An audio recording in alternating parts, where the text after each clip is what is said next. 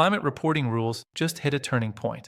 After 2 years of rapid expansion, late 2025 is all about simplifying, pausing, and recalibrating without fully backing away from disclosure.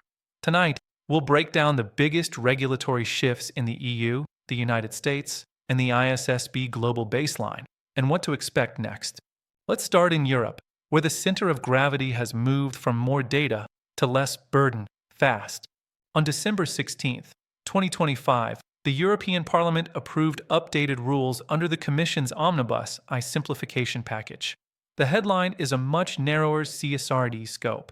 Sustainability reporting is now targeted at the biggest companies, those with over 1,000 employees and over €450 million in net annual turnover.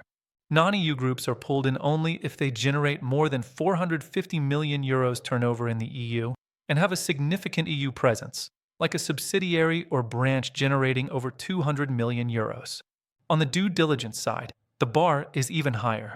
Under the revised approach, only very large companies, over 5,000 employees and over €1.5 billion net turnover, face the core due diligence obligation, and the start date moves out to July 2029. 2 more changes matter operationally. 1. A value chain cap protects smaller suppliers. Companies with fewer than 1,000 employees shouldn't be pushed into providing endless data beyond a voluntary SME standard. 2. Wave 1 relief. Companies that started reporting from financial year 2024 but now fall out of scope can get a transition exemption for 2025 and 2026.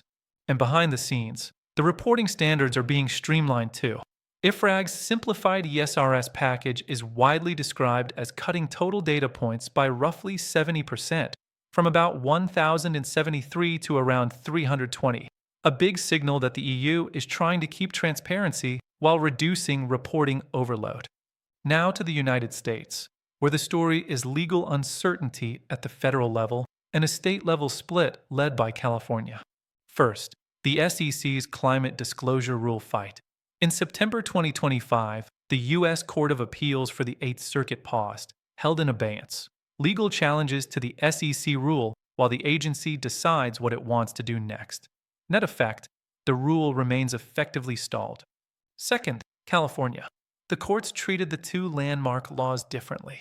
SB 261, Climate Risk Financial Disclosure, was temporarily blocked from enforcement by the Ninth Circuit, so the earlier January 1st, 2026 enforcement path is no longer go time while appeals proceed.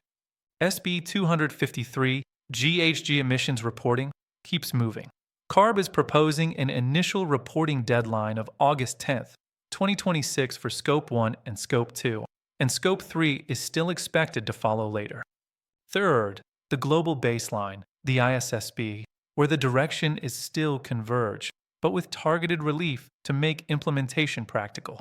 On December 11, 2025, the ISSB issued amendments to IFRS S2 aimed at easing the hardest parts of emissions disclosure, especially for finance. Key takeaways. Financial institutions can limit Scope 3 Category 15 to financed emissions, instead of trying to quantify every possible exposure. Companies get flexibility to use jurisdictional measurement methods, and even jurisdictional global warming potential values, where local rules apply, reducing duplicate calculation burdens. And this matters because adoption is spreading. In 2025, the IFRS Foundation published profiles for 17 jurisdictions that are adopting or aligning with ISSB standards, signaling momentum toward a shared global language for climate disclosure. So what's the trend line into 2026? Trend 1. Largest companies first. The EU's omnibus approach sharply narrows who must report, but the companies that remain in scope face clearer expectations and stronger supplier protections.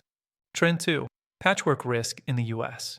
Federal rules remain uncertain, while state regimes, especially California, keep pushing ahead, even if timelines and enforcement shift through litigation.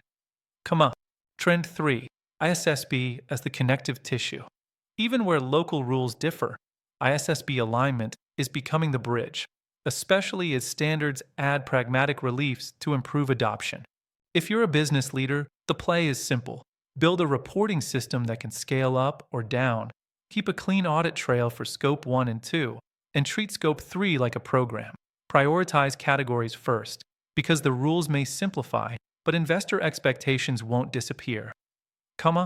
That's your late December 2025 regulation update. If you find this video valuable, please like and subscribe. Thanks for watching. See you next time.